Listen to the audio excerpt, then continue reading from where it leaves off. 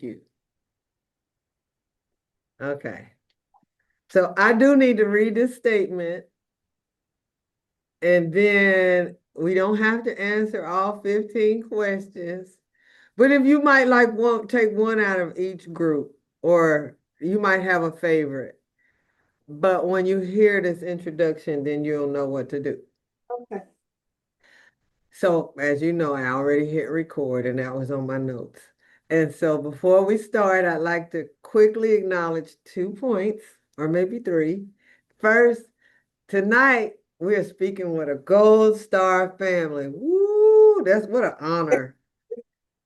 And that carries a lot of weight. I mean, a whole lot of weight. Your willingness to continue telling Emily's story is both courageous and generous, and I appreciate it. I really do. The second thing is, although this conversation feels like relational because we are so close, and it is, I'm still guided by research standards and ethical protocol. That means you always have the right to pause, clarify, or decline a question, or request edits before anything is shared publicly.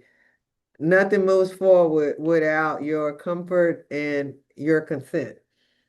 And so in this segment, I'd like to also welcome Vicki and Daniel Perez, the founders of Emily's Way, parents of Emily J.T. Perez in honor of Women's History Month.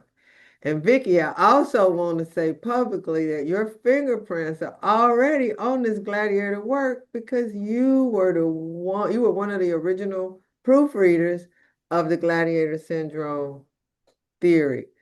So in many ways, this conversation is not new. It's just a continuation. And of course, Daniel Kool-Aid. Oh, well, what can I say? We were in the army together, stationed in Germany, so this is a big deal. So before we start the questions, is there something significant that y'all want to say or y'all want people to know about Emily before we get started? Because you've seen the questions. So you might think she left out the most important part or something like that. I think, well, actually, I believe that Emily's legacy of what's going on with the foundation and how she's touched so many lives speaks for itself. Um, what you see in the resilience boot camp, what you see in the leadership camps for the girls is the epitome of who Emily was. You see Emily all over it. All over it. Yeah. And I've been to the boot camp and I'm going to go again. So we got Okay. to talk about that. But that's not even on here. Yeah, we're making it a 3-day retreat. They've decided to go move forward with that. And so it's going to still be, I'm not going to, it's going to still be in Atlanta. Yeah, the first one for sure. They like to go to different areas, but the vibes that professional volleyball team Uh-huh. sponsoring it. So And they based out of Atlanta. Oh, okay. That's a very big deal. And and I don't think I knew that. I don't think I knew that a professional volleyball team was yeah, sponsored. well they're They helping. sponsored the last one. Yeah, they sponsored the last one. Yeah, But they that's why, sponsored the one you was at. yeah, that's why we were in that facility. Mm, They mm, opened mm. the door to that. And now they even becoming more supportive financially as well as, physical. So there you have it. Very good. And then the other event is with teenage girls. The middle school girls. When we started off with ninth through the 12th grade. We got a group of girls in the ninth grade, and we followed them and we mentored them throughout their high school years. What we found out was we needed to get to them sooner. Mm, That although some of the lives were transformed hmm at the ninth grade, but we felt like we needed to get there sooner. So now we focus on beginning with sixth grade. Oh, wow. Okay. Yeah, and we're talking about expanding it to include high school, but that's still in the planning phase. And where is that happening at? Mostly because Tracy is in um, Atlanta, and plus we partnered with this facility that's out in the country that has a campground. Okay. So, and it makes it easier because we don't have to pay as much. So, yeah, we've had offers. When they went to the Black Caucus, this gentleman from Florida said he had property in Florida that he would love to, but he hasn't, we haven't heard any more from him. So Mhm. if the Mhm. opportunity presents itself where people will accommodate us, and have the facilities that we could bring girls in, yeah. But girls come from all over to Atlanta. They're just not Atlanta girls. Mhm. They come from, just like you came from Oklahoma. I think one girl came from California, and they come from all over. Mhm. So Mhm. if they can get there, then they're more than welcome to attend. Okay. Okay. So we're ready to dive in because I know y'all got something else to do. And I just thank y'all. This is such an honor.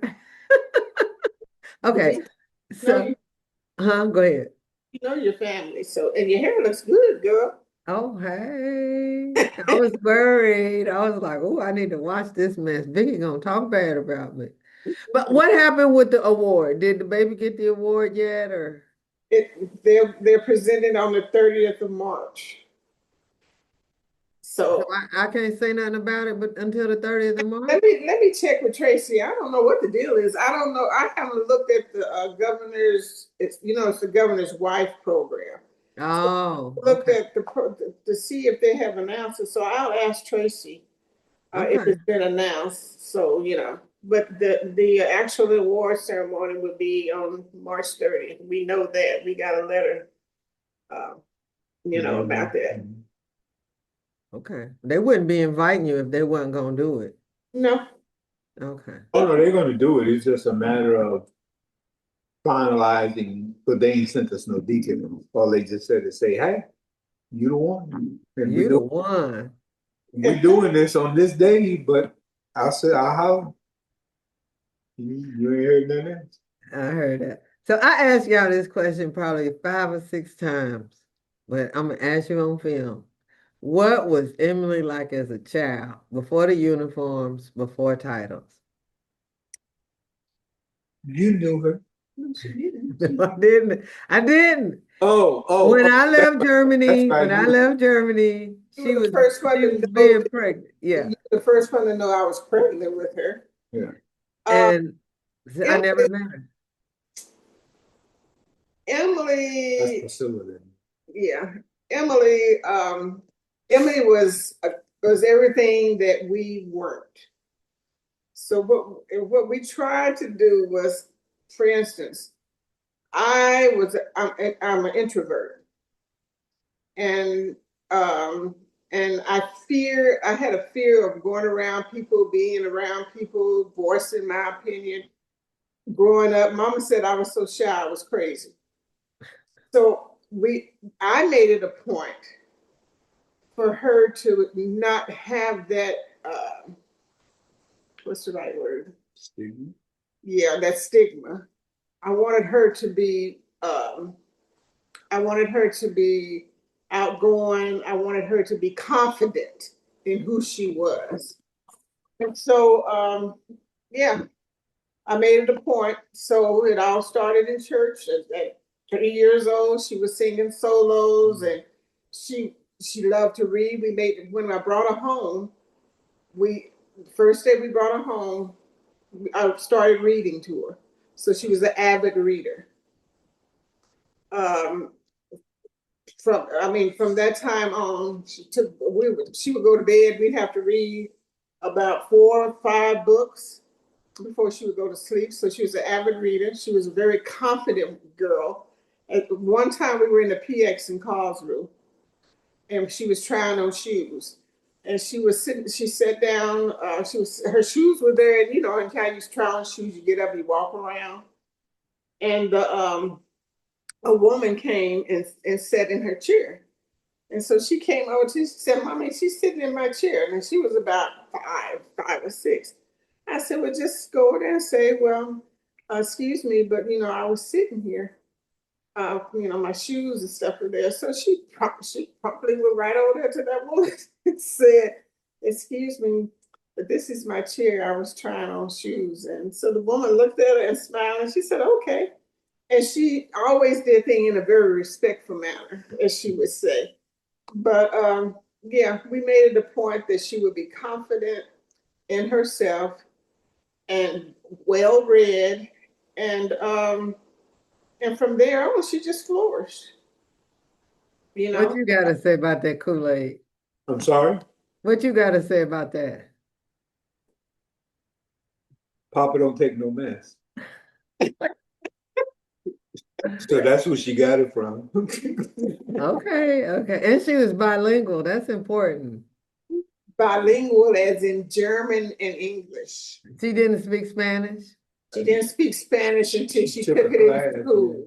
Until she took it, but did she pick it up fairly easy? Yeah, as she was at West Point, she was had a Spanish class, and they had to converse with the instructor, and so the instructor asked her a question, and she responded in German. And he said, "Don't worry." He said, "That's normally what happens. If you know a second language, then you translate it in German back to English." And so what she was doing was, and he said, "So that's not an issue." But yeah, she was fluent in German. We, as a little girl, in her pre-kindergarten, we put her in German kindergarten, evangelist kindergarten in Seckenheim, Germany. And they didn't speak English to her. Now, the teachers could speak English, but they didn't speak English. And she went in there just as confident as ever. And next thing you know, she's translating for us. Okay. Part, Rochelle, is Reverend Bell and his wife spoke German. But when they spoke to her in German, tried to converse with her in German, she would respond in English. She would not speak to them in German. She would not use it. Why is that? She only wanted to speak to German people in German? Yes. I don't know what it was, but yeah. Okay. Okay. When did you first see signs of leadership in her? You kind of been explaining that, right, already? Yeah. She took over. It all goes back to growing up in church. And then growing up around, I mean, me and my husband, we didn't hold back. If we got into it, she'd be right there looking at us like, oh, what the heck is going on? But I think it's just really, I think it was innate. Yeah. One thing that I've heard recently, and it checks with my spirit, is that if you have a military father and a big brother, you're fearless. You're fearless. Yeah. Her big brother took her everywhere he went. Yeah. And the funny part is that when you used to see him, Kevin's tall and Emily, they're 11 years apart. And he used to hold her on her head like this. When they're walking down the street, he held her on her head like this. And all the kids knew her. So yeah, that helped. Yeah. And Kevin is a force to be reckoned with. You don't take no mess, just like his daddy. Yeah. And his mama. Okay, so calling and commitment. When she chose West Point, what did that decision mean to her? And what did it mean to you? Wow. She didn't care nothing about West Point. That's the crazy part. We went up there for a summer workshop, a summer academic workshop. They invited her up there, and they invite these kids up there during this workshop because they're recruiting them to apply to come to West Point. And first time we went up there, West Point, the buildings on the main campus are built with big giant granite stones. the whole building is like that. So I'm Mhm. like, oh wow, Emily, check out the buildings, blah blah blah. You know how they different. And she's like, I don't care nothing about that. I'm trying to get this on my resume. That's it. So that was it. She had no intention, and there's a false narrative out there that Emily was in ROTC and in Air high Force or school. Air something. Force. Yeah, She was never in ROTC. She had friends in there, but she never had the inclination of being in the military. Now, what drew her to West Point was, she was a brainiac. Uh, I mean, academics came very easy to her. And so what drew her was the instructor to student ratio. 13 students in a class, one instructor. The other thing that got her was competitiveness. We are very competitive. That's why I don't play games, because I don't like to lose. So Emily was very competitive, be it in sports and be it in debating. Um, and that's what drew her. And plus the military side. She grew up in the military community. Most of her life, we were in Germany, and it was, how the military community was. There was close knit. There was no real racial issues. So that camaraderie drew her as well. So it wasn't the military portion. It was just the life that she knew. So that's why she wanted to go to West Point.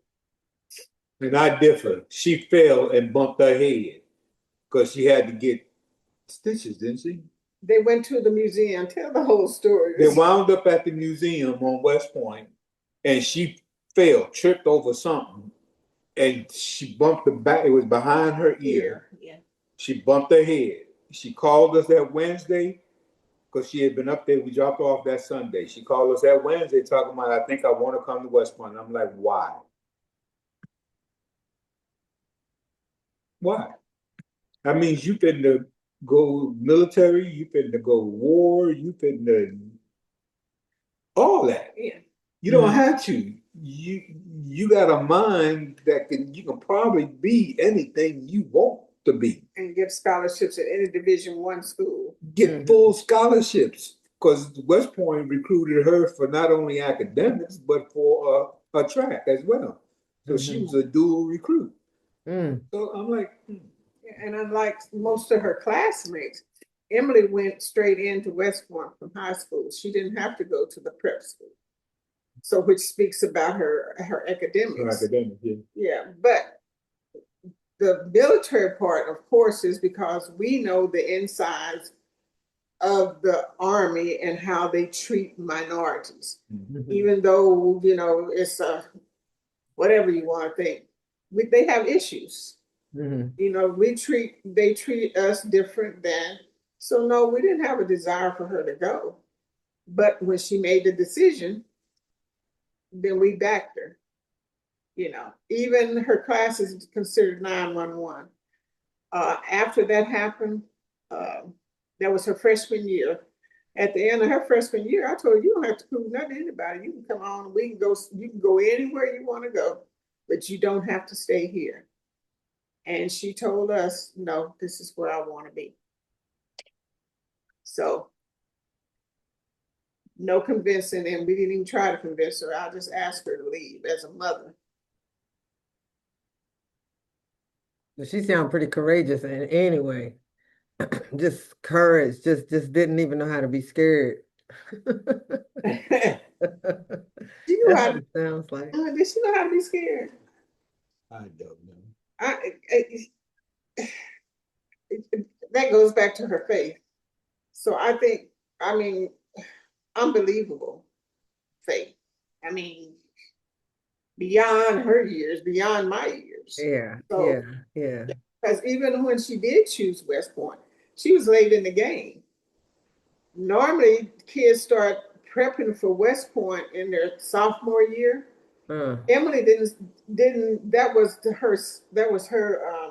The summer of her junior year that she went to the workshop, the academic workshop.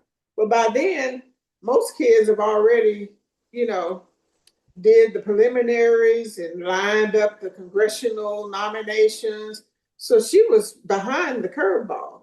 Mm. But by December of her senior year, she had all her paperwork done. And not only did she get one nomination, but she got a nomination from the senator and she got the nomination from the Congress. Wow. So, Dang. yeah. Did y'all know them, Senator and No, Congress? Oh. no, Senator Mikulski was a senator, Barbara Mikulski, about this tall. She was, didn't know her, and Congressman Wynn. Albert Wynn. And we didn't have any inside track, and we didn't, nobody that knew them. And she went for her interview in Baltimore for Senator Mikulski. And when she left out of the room, we heard because she had a panel, and we heard the panel say, "Oh, she's going to be something else." Mm. And Wynn he did his differently. I don't even remember him doing an interview. They came to the house. Or when they came to the house. So they sent somebody to the house. Okay. And so it was more informal, but Mikulski had a full panel. And based on their recommendations, was she decided, who would get her nomination. Wow. So that's a big deal. I didn't know that you had to have, or it would be good to have a nomination like that. Yeah, you gotta have a nomination. Wow. And she had to do essays and fill out application. It was more than a motion, but she got it done because we didn't do it for her. Did y'all read her stuff? I didn't. Nope. Now her godfather, I think he read it. He participated. Yeah. I'm sure he went through it, but whenever Emily was challenged with anything, like physics and all that, calculus and all that, I'll tell her in a minute. I said, baby, I don't know anything about this, but you can talk to me. And she would sit there and talk it through, and she'd be done. But wow. I can't help you. You gotta listen to you, talk it through, and more power to you. And she would, she excelled. She just had it going on like that. She just was from another place or something. Well, Dad is very intelligent. Who? Her dad. Oh. Her dad is very intelligent. Very, and I just want to go on record, and you're going to say, oh, Rochelle. But I'm going to go on record as saying Daniel Perez was the best supervisor I had in my whole career, ever. In your whole career ever? In my whole career. Well, I ain't shabby now. Well, you don't like that he takes care of his people so well. But I'm tell you, that was phenomenal. So, he will take care of his people. He does. Maybe rough and gruff, but yeah, he has a genuine concern. Yes. And I always held him up to every supervisor I had. I'd be like, you don't know what you're doing.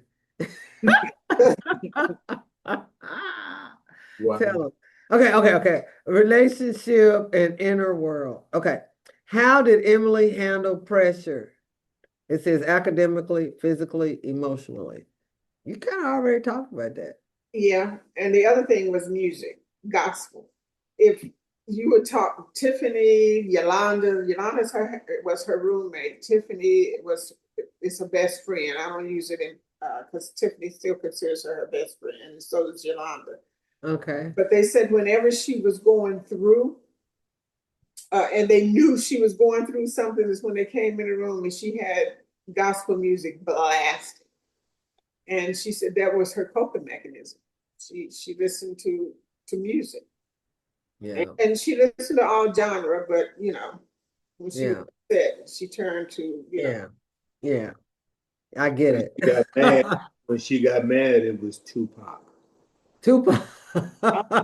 She was Tupac when she was mad. It was Tupac. Yeah. That's interesting to know. Yeah, she had all his stuff, and I got a hard drive with all of her music, and she had all the Biggies, the Tupac, and some of everybody. Yeah, and she had a lot of the 60s and 70s music too. Yeah. So, I mean, she just loved music, but yeah. Did she play an instrument? Girl, Clarinet. she played the clarinet. Now, when I was growing up, I played the clarinet. So when that was in Heidelberg High School, and I tried to get her to do the trombone. She said, "No, Mom, I want to play the clarinet." The only reason why I played the clarinet is because my mama made me play the clarinet.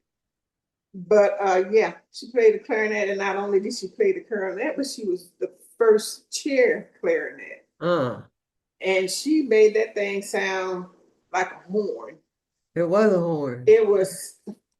She had the solo. She one time during Christmas they had a band concert, Uh-huh. and she was in so many stuff because she was in Model MUN, United Nations, the Model United Nations, which took her to Russia, took her to the Hague, where they had the actual Model United Nations. And but it's and track and all that. And the girl said, well, Emily, I have second chair. Emily, I'll play the solo. She said, no, I got this. And when we went, I was just overwhelmed that she could play that clarinet like that. I'm like, is that how I was supposed to be playing? Is that That how was what I was supposed to be doing. yeah, stood up and I got pictures of her standing up playing. And yeah, she played the clarinet. But after she left high school, she didn't Germany. She didn't pick it up anymore. But Yeah, leadership, yeah, she had too much going on. Go ahead. the MUN was a very a good example, because she was in the eighth grade. She was in the eighth grade, and the high school folks invited them over to the high school for, just check out the MUN. Before you know it, in the eighth grade, she was a very prominent part of the high school MUN team. What's MUN? Model United Nations. That's when you have kids from Right. Russia, Netherlands, Spain, and they were set up just like the UN in New York. They were set up just like that. And we took her she went to The Hague with the high school, and we went, we always go wherever she goes. And I mean, she had friends today from the Netherlands that came to visit us when they came to the States. And she had a friendship with a young girl in Russia that they were, correspond with one another, send gifts and whatnot. So that was another catalyst for her leadership, because they told me she likes to argue. I'm like, yeah, she come from an arguing family. So they would, put her up to debate. The debate, yeah. Oh yeah, and the guy that was president, whatever he was, a secretary that was chosen, he told me, Miss Perez, she's very good. She's very good at debating and getting her point across. And we try to push her to be more visible and more active, because she would hold back. But when she let go, she let go. So yeah. So this ain't on the list, but I kind of want it to be in my article. So like this, like schools and streets all over the world named after Emily. Can you think of some of those? Well, it's the one in Iraq for sure. It's called Emily. They named the street Emily's Way, and in that same camp, what they call it FOB, forward observation base. That FOB that she was on, the dispensary used to be a GP medium. Remember those? Uh-huh. Okay, GP medium. They built a brick and mortar dispensary and named it the Emily J.T. Second Lieutenant Emily J.T. Perez Dispensary. And that building is still there. And so is the street name Emily's Way. It's still there. Yeah, I saw that. Emily's In Way. Orange County, I'm sorry. And on the other side of West Point, once you drive past West Point, you go into what's called Orange County.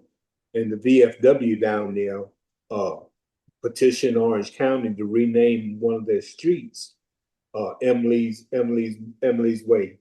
and it still has the original name, but it's kind of like Secondary the secondary name that it gives them, and they have a big old monument thing that they built out there and everything. Yeah, real nice. Wow. And then of course the museum, Oh, and and then the Smithsonian. yeah. Yeah, not only the Smithsonian, but also the Fort Belvoir. They Fort have the Belvoir. Army. They have the Army Museum, and she's in there. And she was taken down after Hegsbeth and all of them took over. And just recently, we found out that they put her Put her items back up. Now Smithsonian it has been up and it's still up. That was up from the day one, and it hasn't been taken down. So we're 30 minutes in. How do you interpret her life now, especially in light of this Hall of Fame recognition? That's a hard question. No, it's not actually. No, because it goes to what you always say. And I don't know if I've told you, but during after Emily was killed, I had a long commute. Even if it was just in DC, a 10-mile commute can take you an hour and a half. Right. And so I had a commute, and I was very angry. I was very angry with the Lord because I told him, I said, you told us to raise her in the way that she could go, and when she gets older, you know, and you also said in the word, honor your father and your mother, that your days may be long upon this earth. We did that. She did that. And you allowed her to be killed. Right. Yeah, I went in on him. I went in hard, and I was very angry with him. And when I was finally able to settle down, I mean, you get to a point where, okay, what's the use? And then that's when he spoke. He said, just because she's not here physically does not mean her days will not be long upon this earth. Mm. And she will be honored. Her legacy will continue on. So we had this young woman, a prophet from Mississippi, that sent us, that knew her godbrother, that sent this letter that said that her picture would be here and her name would be there, and back and forth, only confirming what the Lord had already told me. So was this like a prophecy or something?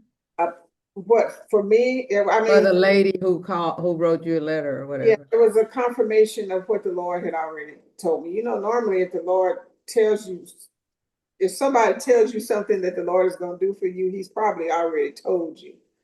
But Right. yeah, it was confirmation. And from then on, from 2007 until till now, every single year, she has been honored one way or the other. The first one was being in New York. They named, even before they named the street, the New York Congress made it Emily's Day one day. I don't know, and and from then on, The proclamations that they made, yeah. Yeah, but I mean, it's amazing what he's doing through her. And so many families and mothers have named the girls Emily. We've gotten letters from people saying that we're trying to figure out how we can raise our daughter like your daughter. And, so everything is faith-based. And it's only based on his promise. And that's what he said he'd do, and he's been doing it ever since. So your interpretation is faith-based. Faith, Emily's faith, and what faith we have. Okay. That's a great answer. Okay, how has her life changed your understanding of sacrifice? Sacrifice. When Emily went to Iraq, and Faith was her godfather's wife, and she said something to me, and I told her that nobody, no country, nobody was worth my daughter's life. That's when she first went over. But last year we were at West Point and I was wrestling with what to say to the cadets because we go practically every year to talk to the cadets. And their sophomore year, they have to make a decision whether they're going to stay there or leave. If you leave at the end of your sophomore year, you don't owe the government anything. But if you step foot up there on the first day of your junior, you're either going to go finish West Point or you have to go in as enlisted. Oh, you got to go in. You going in, you've committed. So when I talked to them, and the Lord just said it was her calling. So what more can you say? Because I was just saying, what am I going to tell these kids? And he just dropped it in my spirit. He said, this was her calling. This was her destiny. So what do you call it? Sacrifice or destiny, or what he had planned for her? Because the Bible says that he knows the number of hairs you have on your head. And he also knows the number of days you're going to have here on earth. So it was already planned. And so, and like Tiffany, her best friend, she stayed with us for a while and we used to talk about it. And you know, why, she said, and she told me years ago, she said, Ms. Perez, it had to be this way. It had to be this way for her to touch the lives of so many people. I mean, so many people that she's touched and made a positive impact. So with that being a calling and sacrifice, I would say it's a calling, and it was meant to be for her, because if she had stayed here, I don't know if her impact would have been as big as it is now. The splash, right? Yeah. Right. I understand. Okay, what do people often misunderstand about Emily's story? And you touched on that a little bit, but maybe you know some stuff that people are getting it wrong. Because we're all about correcting the narrative. Yeah, it was mainly that ROTC thing. Okay. That ROTC thing, we were like, that ain't right. But she was never. And I'm gonna have to be careful to how I say this, but Emily went through hell at West Point. People don't know that. She was treated very disrespectful by the cadre. She was disrespected by the what is it?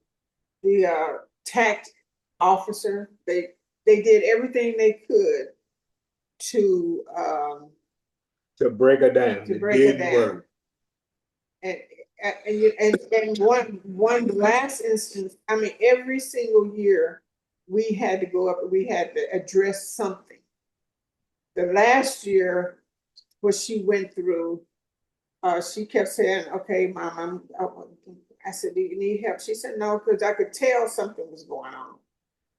And she said, no, I got it. And then it got to the point that finally she came to us. She said, well, I need your help because I don't have it. And it would have prevented her from graduating. And academically, she had the read and she had the star. The star was, you had a 4.0 or better. Never anything less academically, never anything less leadership. But the forces that thought they had it, yeah. So thankfully, she had a very good relationship with the superintendent and his wife. And so when she called her dad, because he was the military person, so when even though he was out, she called her dad, and he made one phone call. And she was coming out of the dining facility, and the first captain, why is your dad calling the superintendent's office? She said, I can't tell my dad what to do. I mean, Rochelle, it was more than a notion, because nobody had she called herself Afro-Rican. Nobody. Afro what? Afro-Rican. African and Puerto Rican. So she was Uh-huh. Afro-Rican. Uh-huh. And no black woman of color had ever made it to the level where she was. She was Sergeant Major of the Corps. That means she was over all the soldiers. And nobody had ever gotten to that level. And I mean, it would, to be perfectly honest, you know what kind of institution West Point was. So it's predominantly male and white male. So yeah, Mhm. they had an issue with her, but it was resolved, and she graduated. But it was it was tough. Wow. There was times she would call me, and I could hear in her voice. She wouldn't say a whole lot, but I could hear in her voice, and I'd go up there on the weekends. I'd make a run up there, talk to her, take her to a hotel, spend the weekend, and try to, just be there for her. She didn't have to say a whole lot, but that was my baby. Right. Yeah, it was very difficult. And the other thing about it, the best part about it was that when she was commissioned, normally the superintendent commissions the first captain, which she should have been first captain, but she wasn't. Commissions the first captain. The superintendent commissioned Emily.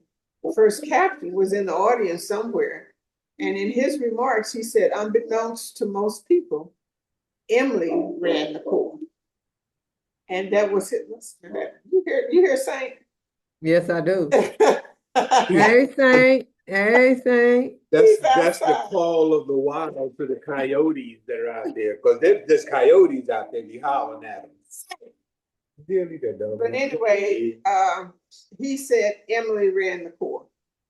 And that spoke volumes, Yes, it did. yeah, of who she was. I mean, they took her, the old grads, they took her through. Yeah. And but she was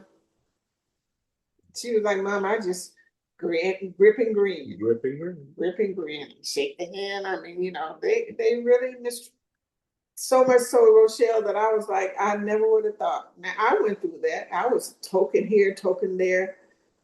Couldn't sit at the table with people at the fire department because I was Black. They didn't want me sitting at the table.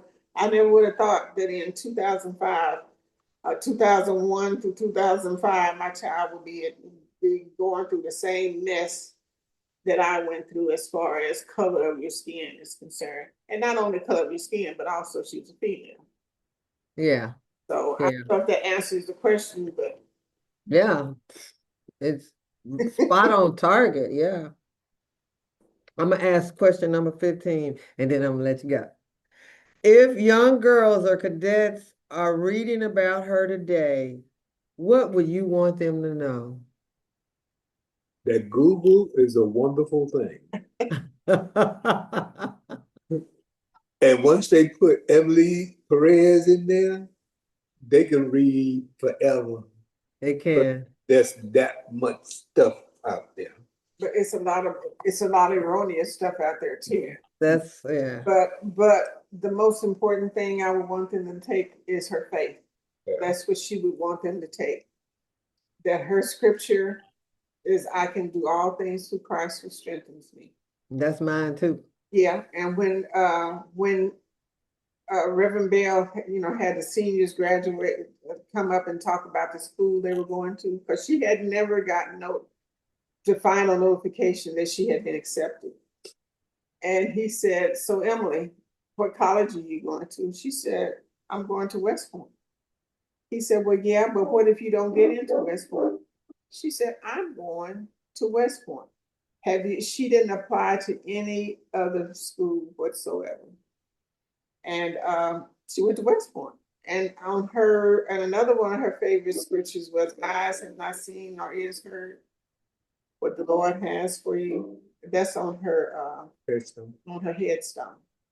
So yeah, if anybody trust God, and she used to say, start, use what you got, start where you are, use what you got so you can, because you can do all things through Christ who strengthens you. That was a lie. So, and if you That was wise words for a young woman. yeah. So And yeah. we had one of the instructors call her an anomaly because of her grades, her academics, her athleticism. She was involved not only with track and all the classes, but she tutored the football team. Yeah, they started She was stars. part of the choir. Gospel choir. The gospel choirs. Yeah. And with all that going on, she still graduated in the top 10%. of her class. Yeah. And people would ask her, you know, when are you going? She would be tutoring. They started, she and another classmate. We met the young man last, what was it, November, when we went up there for the 20th reunion. We met him. It was her and it was Emily and this young man that started. They called it Stars, and it was a tutoring program. And he talked about how people would say she was tutoring so much, then they asked her, well, when are you going to do your work? Because she put everybody before her own. But she always came through. And girl was not a night owl because she went to bed. She got her sleep. She's always gotten her beauty rest. She just made it happen. Again, that's faith. Yeah. So I don't have anything else for you. What do you have anything else that other people have not said about Emily that you gonna tell me because I'm your best friend and I got the inside track? I'm gonna let her dad answer that. I ain't got nothing. You ain't got nothing? I mean, we pretty much said all we can say. You just said it. Yeah.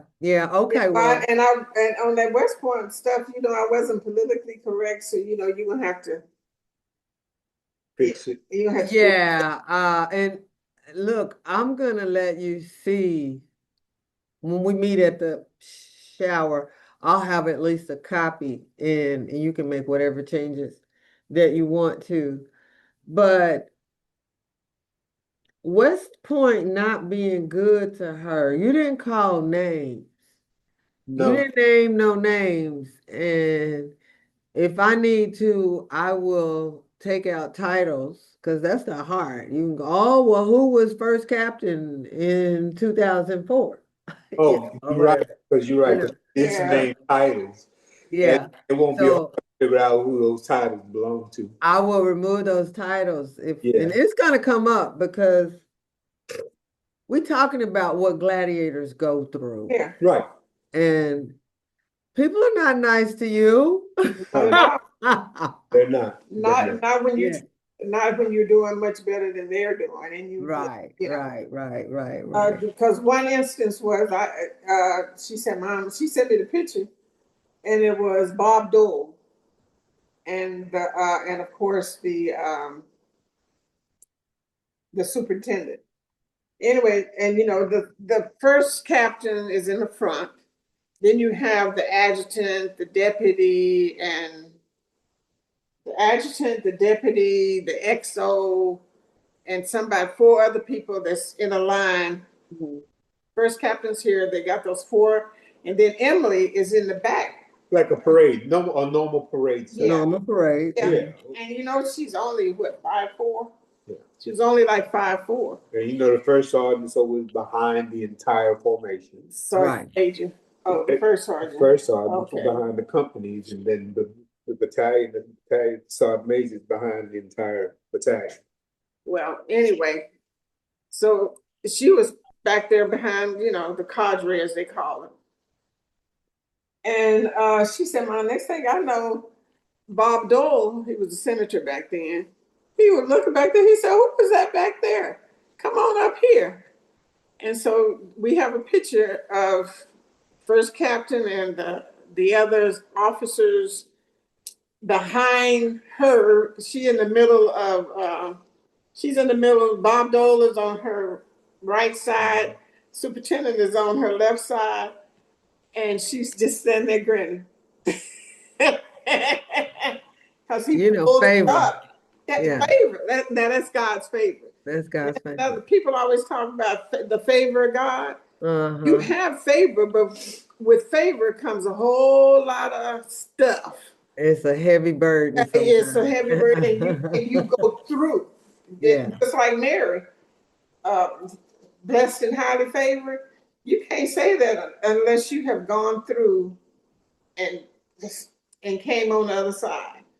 So Wow. he's saying that so easily, blessed and highly favored. Blessed and highly favored. Over Yeah. there treating people bad, talking bad to your waitress. All horrible stuff. Yeah, Don't let nobody new show up. see, exactly. So yeah, but we appreciate this, Rochelle. Yeah, I just really, for a long time it didn't even dawn on me that I could do something. Not necessarily, it just didn't even dawn on me that little old me, could do something. And I said, huh, I really could do something right here. And then I thought, what an honor. Oh my God. I mean, it's really bigger than, this is huge. Yeah. This is really huge. And I might one day tell y'all about it, but we don't need to go through all that. Y'all know how special y'all are to me. I went all the way to Germany. Yeah, you did. Oh, Emmett didn't know what was going on. He didn't, but he made friends for life. Y'all would have heard Emmett bragging on y'all. You would think that, especially Kool-Aid, you would think that Kool-Aid was his friend and not mine, his brother, you know. Oh, And of yeah. course, Vicki is everybody's mama. And it's my good brother from the other mother. That's right. That's right. That's right. And it's really you're really the only, not the only ones, because we have mutual friends. Well, Not a whole lot. Not a whole lot. he ain't got no friends. Yeah, I don't do that. Kevin, His friends, I be nice to him. My friends, they ain't never seen him. look, Kevin called one night. He said, "I'm talking to Daddy." He said, "Daddy, it's a damn shame that I'm your BFF." That's a damn shame. Your son. It ain't. That's how it's supposed to be, though. There really is, but we need to get him another couple of BFFs, though. Besides Emmett, We got to get on that boat. what boat? Boat. I'm What boat? trying how to sell that boat. You mean sell it to somebody else, or sell it across your lake? Sell it like SALE. Sell it like dollar bills. Before I even get to ride in it, you gonna sell it. I haven't ridden in that boat in 3 years. No, it's been longer than 3 years. No, when did they have the drought? Because you and Tommy took it out and before you put it on the trailer. Yeah, we took it out of the little slip it was in and put it on the trailer. And then he drove it out into the lake, turned it around, and came and put it on the trailer and put it in dry dock. And put it on dry land. And we ain't been on that since. Okay. So yeah, but you been paid for storage the other day. I sure did. How much? It's too big for me. It's too big for me by myself. And I have nobody to go with me. The initial thought when we bought this boat on the whim, it was right after Emily had passed. That was grief therapy, retail therapy. Yeah, retail therapy kicked in, and I'm like, wow. But my thinking back then, because we were living in Maryland, Kevin was living in Maryland. He fishes, I fishes. I'm like, oh, we finna go slay these fish. To do this. And Rebel. And I went out with Rebel more than I went out with Kevin. On Rebel's boat. No, we've been on mine. We went out on mine a couple times. Oh, did you? Yeah, okay. A couple times we went out on mine, and a couple times then we would switch up. So that was it though. But it was a Rebel a couple times. Other than that, I'm like, I ain't got nobody. I can't handle that by myself. He had me out there one time trying to. We rode in the boat, and then I'm supposed to jump off the boat and pull the boat next to the dock. She got the jump off. off the side of the boat Right. Yeah, onto the right. dock so you can put the rope And over put the the thing thing on the, yeah, and then pull it because it's not heavy, not in the water. not in the water, right? Girl, Not in the water. In the shut up. water, you can push it with your hand. We talking about I'm trying to tell her 26, what is it, 26? 26 footer. 26 footer with a cabin and no, girl. Lord have Yeah, mercy. yeah, It has a little cutty on Just the let top. me take a picture beside it. trying Yeah, to, they're making me his you can first. sleep down there. I got a little commode down there. I got a little gas propane stove down there. Oh, we gotta do it. Don't sell that boat. Come on, let's sell it. Oh, let's go on it. In fact, while I was still paying on it, I was claiming the interest on the loan because that was my second home. Yep. You could Because I had a toilet, I had a refrigerator, and I had a stove. And a place And a place to sleep. That was my second home. I claimed all the interest every year on that loan, on that boat. That's interesting. Yeah, it's legal too. Okay, well, yeah, because this conversation is being recorded. Look, I'm gonna let y'all go, but I enjoy y'all so much. You got this office there, girl. Oh, girl, God, talking about favor. See, I'm gonna have to come up. We're gonna have to come up there and see all of that. Girl, it is all the way live, and it is such a blessing. It really is. So it really is. I had to tell y'all about it. I wanna have an award ceremony. I'm gonna give y'all an award. I'll tell y'all about it later. Y'all have to come to Oklahoma City and get it. Well, we came for the first award. Y'all not doing that anymore? Yeah, but this time it's different. This is gonna be more elegant. Since Darren left, I had to fire him. Or he had to go. Okay. And it's really taken a new shape, but this one will be a lot more elegant. It won't be as homeboy. But I like that. I mean, I ain't mad at what he did at all, or what we did together. I ain't mad at It's a that. start. You gotta start somewhere. Yeah. Yeah. And but this will be this is a Lifetime Achievement Award ceremony, and it started out because somebody wasn't getting their props. Oh yeah. Somebody 87 years old have been doing. Oh, So wow. it's starting to get this one person, but now we're bringing on other people who need to get their props. Yeah. So well, we're having the gala. The gala. I don't know. We're having the foundation gala, but it's going to be in DC. I'll let you know. Oh, okay. Well, let me know when it is. is. It's going to be at the Army Museum. Talk about favor. Huh. Yeah. They told us that we could have the venue. They would set it up. The only thing we'll be responsible for is the catering. Well, let me know. I'm gonna be there. I know you are, and you're gonna bring Emmett with you too. Yeah, he gonna be there too. He ain't gonna miss it. He ain't gonna miss it. It's He gonna be is black not tie. gonna miss that. You know how they do at West Point. It's gonna be black tie. So Oh go shoot. home to your husband. Love you. Okay. Okay, that's what I'm gonna do too. I'm cutting this off and I'm getting out of here and go home. And I'll see y'all next week. Next week. Okay. Yeah, next week. Yeah, we'll see you Saturday. Next Saturday. Love you, baby. All right, love you too. Bye. Later.